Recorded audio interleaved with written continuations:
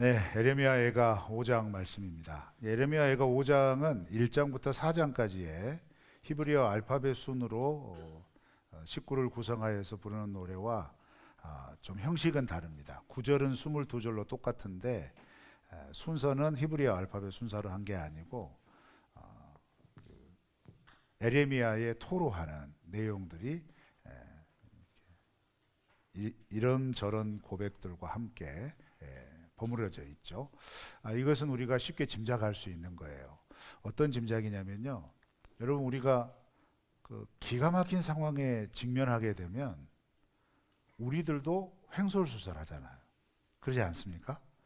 우리가 어려운 일을 당해서 하나님 앞에 나와 기도하려고 하는데 너무 기가 막히면 하나님 앞에 어떤 기도를 드려야 할지를 모르는 상황에 우리가 직면하게 되거든요. 그런 비슷한 상황인 겁니다. 지금 예루살렘이 완전히 멸망했고 그에 따른 재난이 이미 시작이 된 겁니다. 사실 전쟁이 종전이 되면 끝나는 게 아니죠. 전쟁이 끝나게 되면 더 큰 재난이 기다리고 있는 게 상식적이죠. 그러지 않을까요? 예를 들어서 지금 이 말씀의 배경이 되는 예루살렘 성이 바벨론 군대에 함락이 됐어요. 그래서 전쟁은 끝난 겁니다. 그러면 끝난 건가요? 아니죠.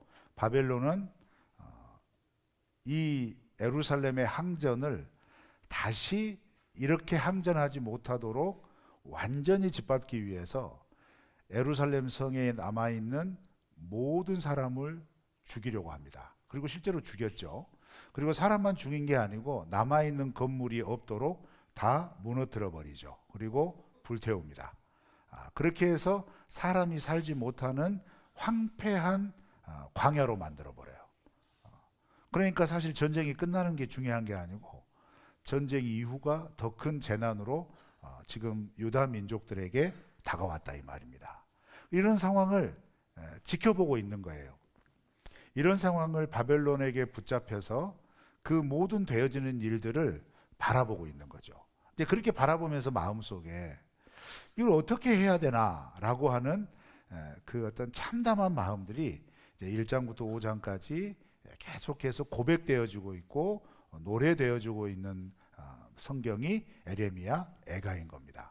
그래서 이 에레미야 애가는 말 그대로 전체적으로 슬픈 노래입니다. 너무너무 슬픈 노래이기 때문에 정말 빨리 끝났으면 좋겠다 이런 생각이 굴뚝 같지만 10월의 마지막 주까지 하나님이 이 말씀을 묵상하게 하시는 거죠. 도대체 뭔 뜻이 있는가는 저도 잘 모르겠습니다. 그렇지만 이런 에레미야의 슬픈 노래를 통하여서 하나님께서 이제 우리에게 말씀하시고자 하시는 것이 분명히 있을 것 같아요. 그래서 이런 노래를 하고 있는 에레미야의 모습을 통해서 우리에게 주시는 말씀들을 한번 되짚어 볼 필요는 있을 것 같죠. 그런데 지난주 말씀이나 이번 주 말씀이나 상황은 똑같아요. 설명할 게 별로 없네요. 여러분, 지난주에 에레미야 애가 말씀 나눌 때 얼마나 비참하고 처참하고 막 처절한지 공감이 되셨죠? 다시 설명할까요? 제가 설명하기 싫어요. 왜냐하면 너무 이게 처절하거든요. 그래서 오늘 본문 말씀도 어떤 내용이냐면 그렇게 멸망당하고 지금 우리가 무슨 꼴을 당하고 있습니다 라는 것을 하나님 앞에 토로하는 거예요. 굉장히 비참한 이야기 하는 거죠. 그러면서 이제 매 장마다 등장을 하는데 그게 뭐냐면 이런 처참한 지경에 이르게 된 이유에 대해서 꼭 한 번씩 짚어주죠. 그게 이제 오늘 본문 말씀에는 이제 6절과 7절입니다. 우리 죄 때문입니다 이 말이에요. 그런데 우리 죄에 대하여서 이 죄에 대한 하나님의 심판으로 우리가 이런 고통을 당하는데 이제 그 죄에 대한 구체적인 이야기를 6절에서는 하나님 의지하지 않고 아수르와 바벨론 의지했다 이 말이죠. 그것 때문에 우리가 멸망한 거다. 그 다음에 이제 7절에서는 하나님만 의지하지 않고 여러 우상을 섬긴 그 죄 때문이다 라는 겁니다. 물론 이제 4장에서는 무엇을 얘기를 했냐면 이 심판의 원인에 대해서 얘기할 때 이제 지도자들의 죄악에 대해서 얘기를 했죠. 지도자들이 하나님을 섬기도록 통치를 한 게 아니라 방관을 했다는 거고, 더 나아가서는 섬기지 못하도록 여러 우상들을 앞장서서 섬겼다. 그것에 대해서 하나님이 심판하신 거다. 이렇게 이제 이야기를 하고 노래를 부릅니다. 그래서 이런 노래를 듣다 보면 에레미야의 그 애달픔이 우리 가운데 쭉 들어옵니다. 뭐 몇 번을 이 본문을 읽어도 이 본문에서 하나님께서 주시는 마음의 감동은 무엇이냐면, 감정은 무엇이냐면, 정말 처절하다, 정말 비참하다, 이걸 계속 읽어야 되나 라고 할 정도로 우리가 직면하기 싫은 전쟁 이후의 비참함들을 아주 그냥 고스란히 표현을 하고 있는 거죠. 그럼 예레미야는 왜 이렇게 표현을 했을까? 이것을 노래로 만들어서 왜 이렇게 굳이 이야기하려고 했을까? 그리고 그 후손들에게 이것들을 남기려고 했을까? 이런 것도 한번 우리가 생각해 봐야 될 것 같고, 그리고 그렇게 후손들에게 남긴 이 노래를 통하여서 에레미야가 후손들에게 주고자 했던 중요한 메시지는 뭘까? 이걸 우리가 좀 살펴봐야 될 것 같다는 거죠. 그러면서 이제 1장부터 4장까지는 하나님께서 우리에게 이런 고통과 고난을 주신 것에 대해서 토로하면서, 주로 어떤 토로를 주로 했냐면, 다른 토로하지 않습니다. 계속 반복되는 토로인데, 내가 지금 이런 상황에 있습니다. 내가 지금 이런 어려움에 있습니다. 내가 이런 고통 가운데 있습니다. 그러면서 당하고 있는 모든 상황들을 다 묘사해요. 오늘 본문 말씀에서도 2절, 3절 말씀에는 빼앗겼죠. 기업과 땅을 빼앗겼고, 3절에서는 그래서 고아와 과부가 많이 일어났고, 그리고 4절, 5절에서는 물이나 나무들조차 돈을 주고 사야 할 정도로, 예전에는 우리가 그냥 마실 수 있었고 구할 수 있었던 건데, 이제 땅을 빼앗겨 버리니까 이제 내 것이 아니잖아요. 그러니까 돈을 주고 사야 되고 뭐 이런, 그러면서 그걸 표현할 때 오늘 말씀에서는 이렇게 대적들이 우리의 목을 짓누르고 있다, 이렇게 우리를 힘들게 한다, 이렇게 표현을 하고 있고, 그리고 이제 8절부터 10절 말씀까지는 먹는 거 하나 구하기 위해서도, 예전에는 자유스럽게 구하러 다녔지만 지금은 생명을 걸고 먹을 거 구하러 다녀야 한다 하면서 하나님 앞에 이 상황을 고통스럽게 울부짖고 있습니다. 그래서 무슨 설교가 필요하겠어요. 이런 상황에 있는 에레미야가 그러면 어떻게 했을까? 도대체 어떤 마음과 어떤 자세로 이런 상황을 에레미야는 견디고 있을까? 이렇게 곰곰이 살펴보니까 1절, 우리 1절 다 같이 한번 읽어볼까요? 1절입니다. 시작. 여호와여, 우리가 당한 것을 기억하시고 우리가 받은 치욕을 살펴보옵소서. 네, 아멘. 한마디로 이렇게 구하는 거예요. 하나님, 좀 기억해 주십시오. 하나님, 좀 살펴주십시오. 이렇게 기도하는 겁니다. 그러면서 이제 우리가 당한 것 기억해 주시고 우리가 받은 치욕을 살펴주십시오. 이렇게 얘기해요. 자, 그럼 우리가 한번 좀 또 의문이 생겨요. 사실 이런 고백은 전쟁에서 패전한 국가의 백성들이 할 수 없는 고백입니다. 왜냐하면 당시의 전쟁은 우리가 이제 자주 들으셨을 거예요. 전쟁이 일어나자마자 혹은 전쟁하는 과정 중에 도저히 안 되겠어서 우리 항복합니다. 그러면 그냥 봉신국이 되는 거예요. 그냥 종속국이 되어져서 조공 바치고 살아가면 되는 겁니다. 그런데 결사항전을 하잖아요. 끝까지 항전하다가 함락을 당하고 이런 이제 패전을 하게 되잖아요. 그러면 이제 이야기가 달라져요. 끝까지 항전한 나라를 이제 점령한 점령 국가는 어떻게 하냐면 다시는 자신들에게 반란을 일으키지 못하도록, 다시 되들지 못하도록 모든 조치를 다 취합니다. 그래서 그 땅에 남아있는 싸울 만한 사람들, 칼을 두를 수 있고 힘을 내어서 규합해서 나중에 다시 후위를 도모할 수 있는 연령대의 남자들은 다 죽여버립니다. 그리고 나이로 보았을 때 이 노동력을 활용할 수 없는 연령층에 있는 사람들도 다 죽여버립니다. 그러니까 갓난아기나 아주 어린 갓난아기는 다 죽여버린다 이 말이에요. 그리고 연세 드신 어르신들 다 죽여버린다 이 말이에요. 그리고 이제 어린 아이에서부터 일을 할 수 있는 청장년층까지는 어떻게 하느냐? 노예를 삼죠. 노예를 삼는데 다시 이것을 후일을 도모하지 못하기 위해서 아예 뿔뿔이 흩어버립니다. 그래서 이제 아수르가 취했던 가장 흔한 정책이 뭐였냐면 말이 통하지 않는 지역으로 다 보내버려요. 그리고 다 흩어버립니다. 그래서 거기에서 그냥 종살이하면서 살게만 만들어요. 그런데 바벨론은 또 어떻게 해요? 데리고 오는 갑니다.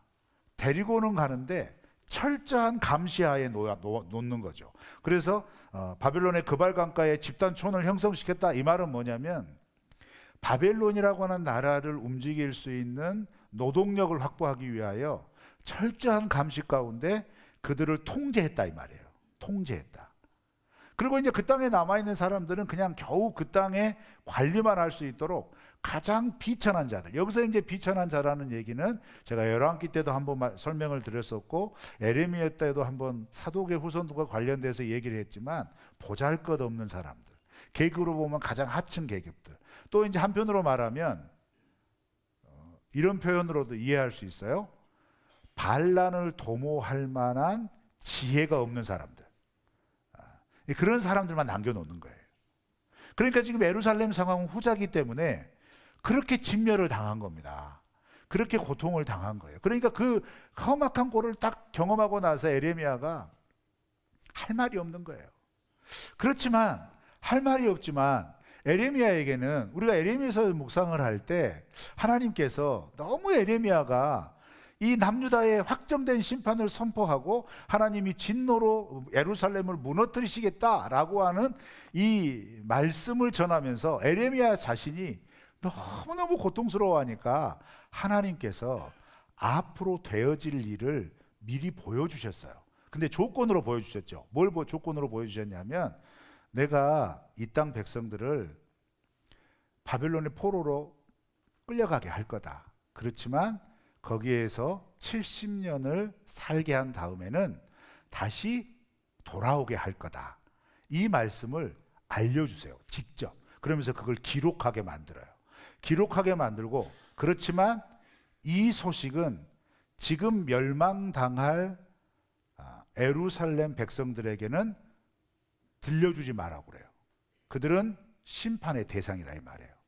그래서 어떻게 하냐면 이것을 두루마리에 써서 인봉을 칩니다. 즉 그러니까 꽁꽁 감싸가지고 어디로 보내냐면 바벨론 포로로 끌려간 포로민 가운데 하나님이 선지자로 세운 에스겔에게 보내요. 그러니까 이 하나님의 회복의 소식은 지금 이 사건의 배경이 되는 예루살렘 멸망을 당하고 있는 백성들에게는 듣지 못하는 소식이라는 겁니다. 그들은 심판의 대상으로 철저하게 심판되어야 할 백성으로 남아있는 거예요.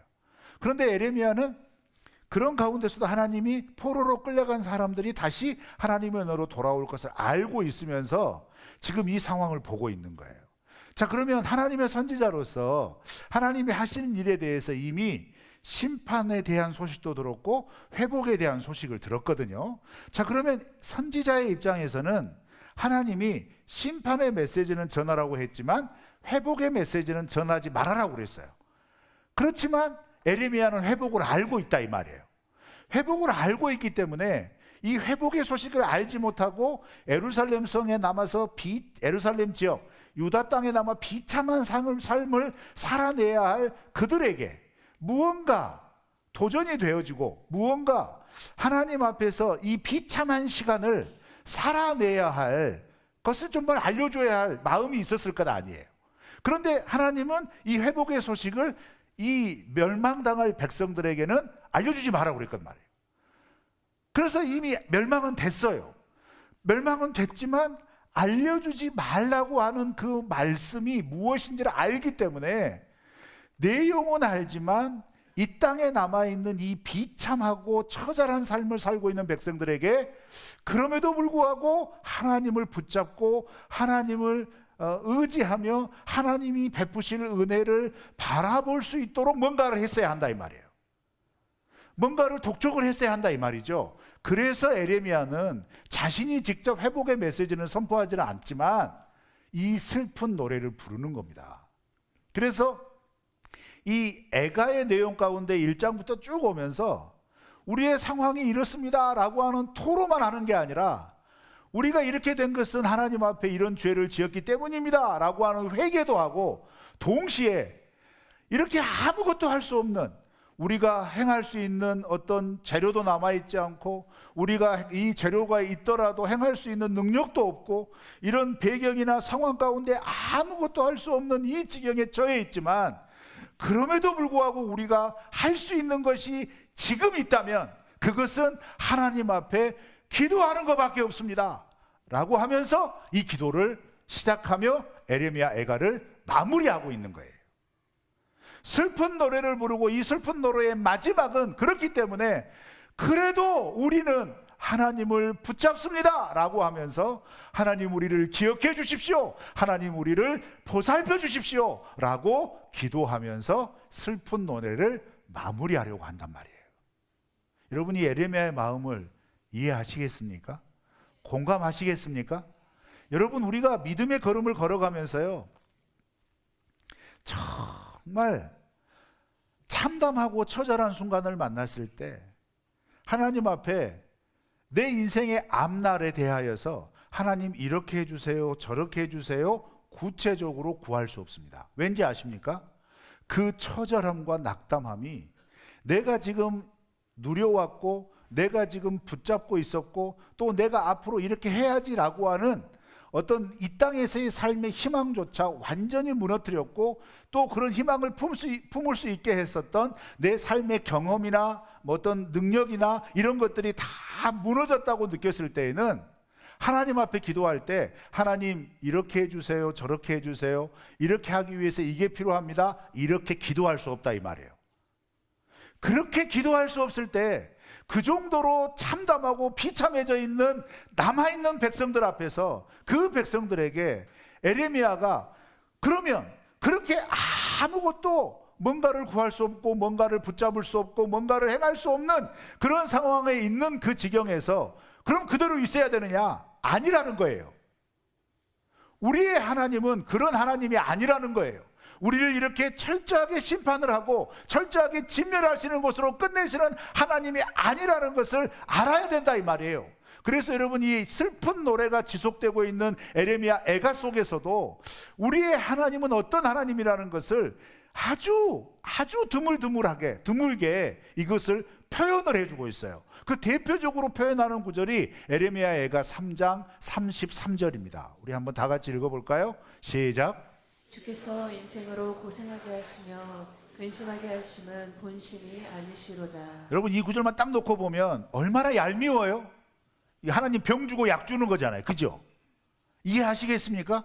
지금 이스라엘 백성, 유다의 백성들은 완전히 진멸당하고 이 전쟁에 참패를 당해서 사람 꼴이 아닌 거예요. 바벨론에게 말 못할 지금 순환을 당하고 있는 거예요. 오늘 본문 말씀에서는 먹는 것에 관련된 문제고 우리가 누리는 이 땅에 대한 것이었지만, 내일 본문은요 말할 수 없는 지옥을 언급합니다.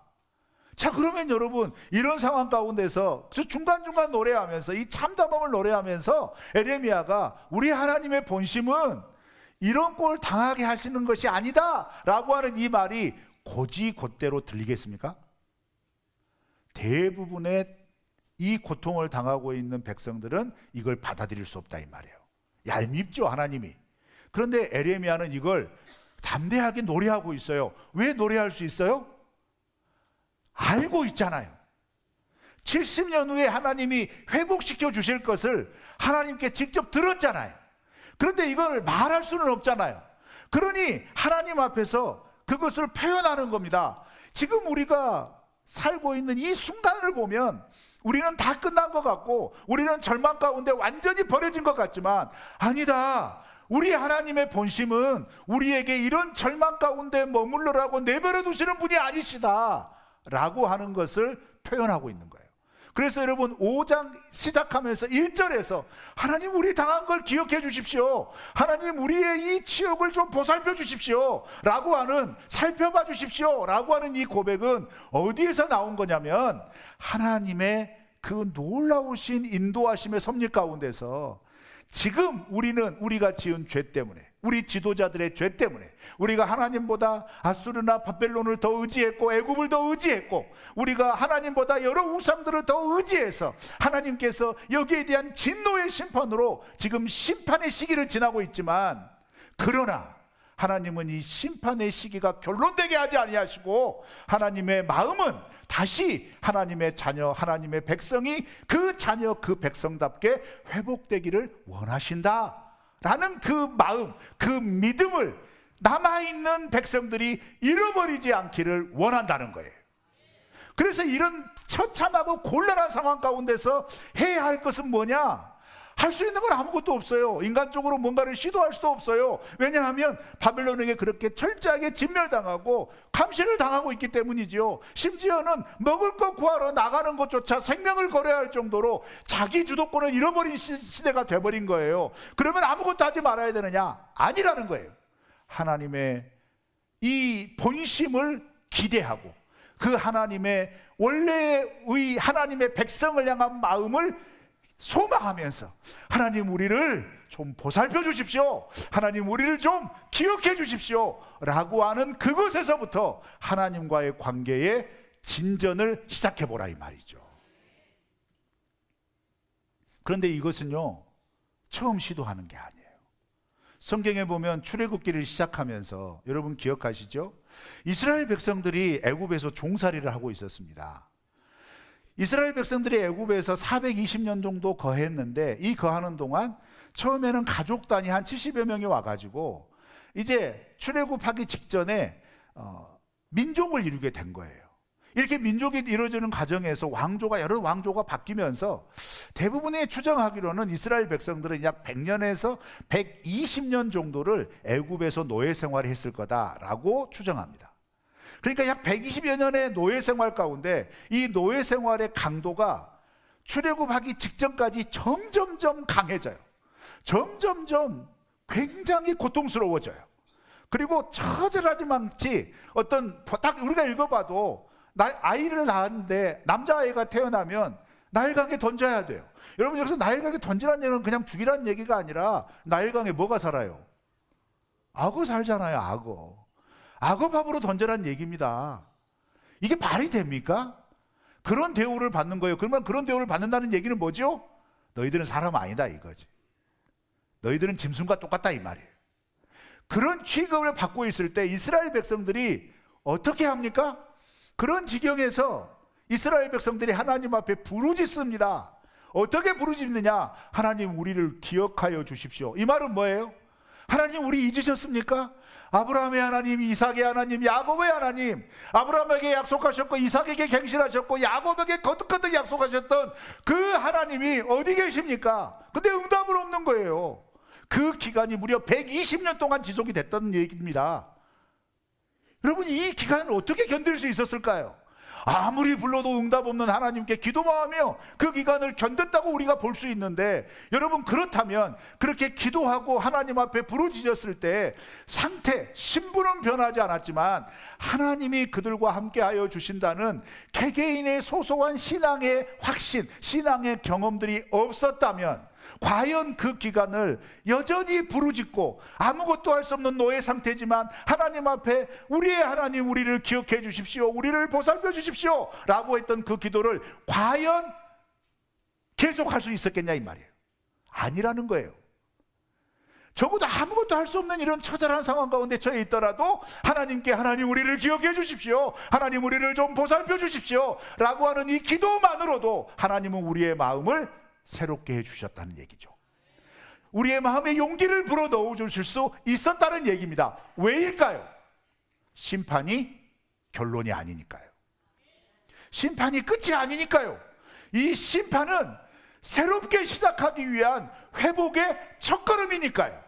그러니까 이스라엘 백성들이 완전한 절망 속에 빠졌을 때 에레미야가 이 사실을 먼저 선포하지는 못하지만 오늘 보인 겁니다. 하나님, 우리가 이런 처절한 상황에 있습니다. 이런 절망 가운데 있습니다. 우리는 이것도 못하고 저것도 못합니다. 지금 우리 이런 상태에 있습니다. 하나님, 어떻게 하면 좋습니까? 라고 하면서 하나님, 이렇게 보잘것없는 상태로 떨어진 우리라도 하나님, 우리를 기억하여 주십시오.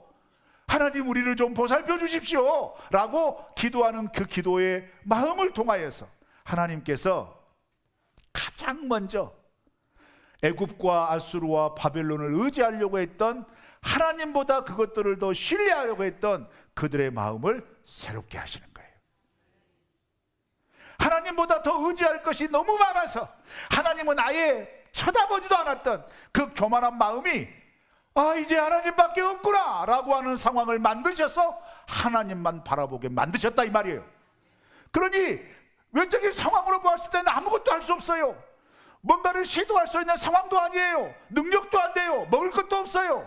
가족들은 다 죽어나갔어요. 고아와 가부는 주변에 넘쳐납니다. 도무지 이런 상황을 어떻게 무엇부터 해결해야 나가야 될 것인지 가늠조차 할 수 없어요. 그런데 하나님은 그 상황에서 에레미야를 통하여서 그 상황에서는 먼저 내 자신, 네 마음부터 새롭게 돼야 된다 라는 것을 말씀하고 싶으신 거예요.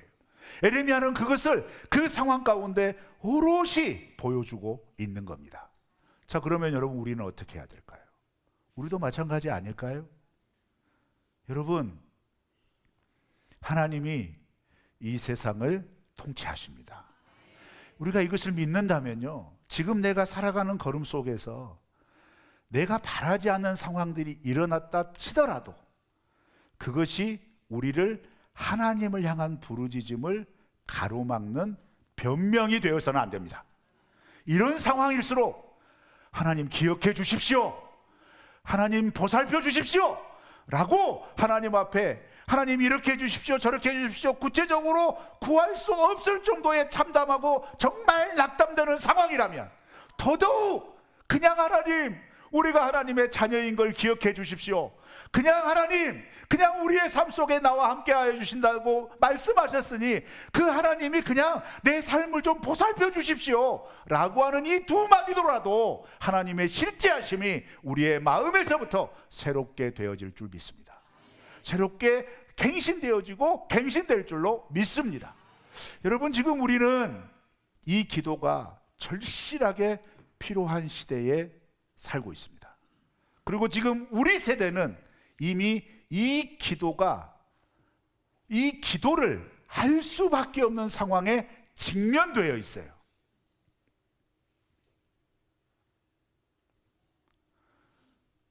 그런데 우리는 이런 기도를 할 준비가 되어 있으십니까?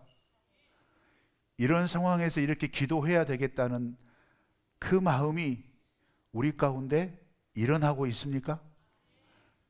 에레미야 애가는 그걸 또 도전하는 것 같아요. 왜냐하면요, 여러분 잘 생각해 보세요. 지금 이 시대에 예수님을 믿는 것은요, 결국 우리의 삶의 편안함과의 싸움이에요. 그러지 않습니까? 예수님을 믿는 것은요, 어떻게 보면 편안함을 거부해야 되는 거예요. 말씀대로 살아가려면 이 세상이 주는 안락함과 이 세상이 주는 그 만족함에 대하여서 포기해야 될 경우도 있다, 이 말이에요. 그것을 분별하며 나는 이 세상이 주는 이런 편안함과 만족함보다 하나님 말씀을 지킴으로 불편함을 감수하겠다 라고 하는 결심을 어쩔 때는 또 우리가 해야 되는 거거든요. 또 그렇게 살아가기 위해서 실제로 불편하고 좀 거북스럽게 살아가야 할 분명한 이유가 있다, 이 말입니다. 그런데 이렇게 믿음으로 살아가는 걸음에서 오늘날의 많은 성도인들은 내 자신의 평안함과 말씀대로 살아가야 하는 불편함을 바꿔버리고 맙니다. 이렇게 바꾸는 삶의 양식이 얼마나 많은지를 몰라요. 심지어 예배 시간조차도 우리는 우리의 만족감과 편안함으로 하나님께 집중해야 할 이 귀한 시간을 바꿔버려요. 기도도 마찬가지죠. 기도는 적어도 에레미야 애가의 기도는 뭐예요? 하나님, 우리 잊지 말아 주십시오, 이거잖아요.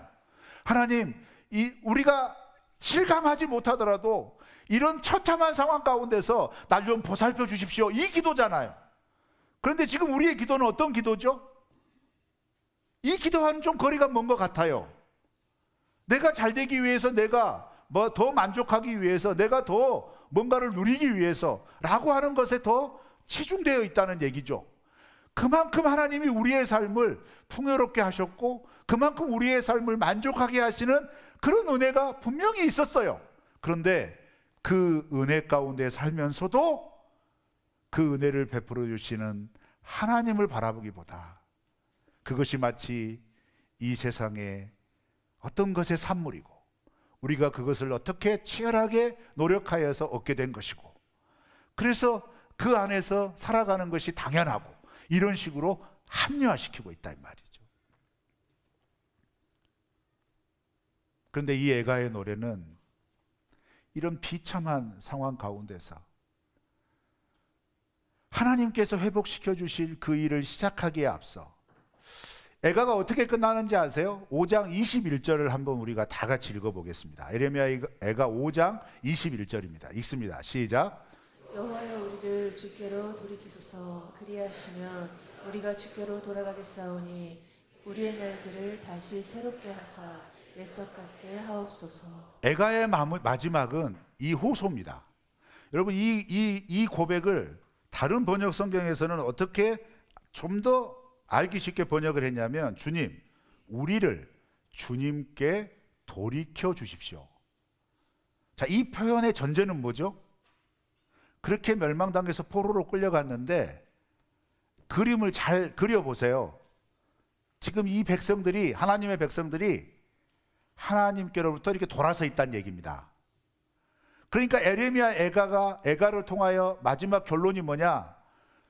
에레미야가 이렇게 등을 돌리고 있는 하나님의 남은 백성들을 향하여서 야 너희들 등 돌려라 이 호소하지 않아요. 하나님, 우리가 등을 돌리게 해주십시오. 돌이키게 해주십시오. 전적인 하나님의 도움을 구하고 있는 거예요. 자, 이것은 왜 이 표현이 나오는 거냐? 잘 생각해 보세요. 바벨론 땅은요, 내가 믿고 싶은 신을 섬기는 땅이 아닙니다. 내 하나님을 섬길 수 있는 땅이 아닙니다. 그 땅의 신을 섬겨야 할 땅입니다. 무수한 우상들을 붙잡아야 할 땅입니다. 이게 구조적으로 하나님을 믿을 수 있는 땅이 아니라 이 말이에요. 그런 상황 가운데서 에레미야가 거기에 끌려간 사람들을 향하여 하나님이 기억하여 주시고 돌보아 주시라고 보살펴 주시라고 기도하는 그 기도의 결론, 지향점은 뭐냐면 그렇게 하나님을 대적하고 하나님을 무시하고 하나님과 상관없는 구조 속에 살고 있지만 그들의 마음을 하나님께로 향하도록 이끌어 주셔서 하나님께로 돌아가게 도와주십시오.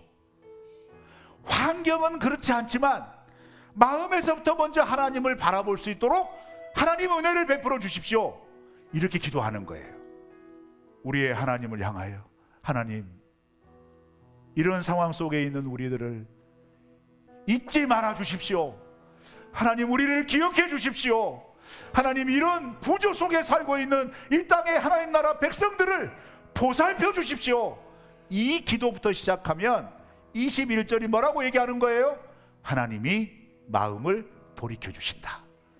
그래서 하나님을 찾게 만들어 주신다. 그래서 거기에서부터 새롭게 될 것이다. 이것이 우리의 기도 제목이 되시기를 축원합니다.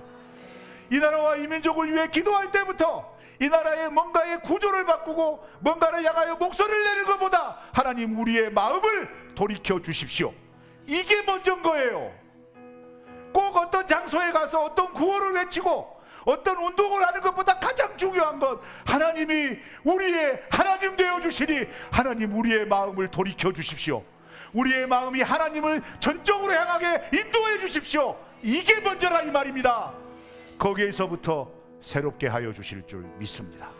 우리를 책임져 주시는 하나님의 본심이 우리의 삶 가운데 누려지도록 도와주실 줄 믿습니다. 그 놀라운 하나님의 마음이 우리의 마음이 되고 이 에레미야의 간구가 우리의 간구가 되시기를 주의 이름으로 축원합니다.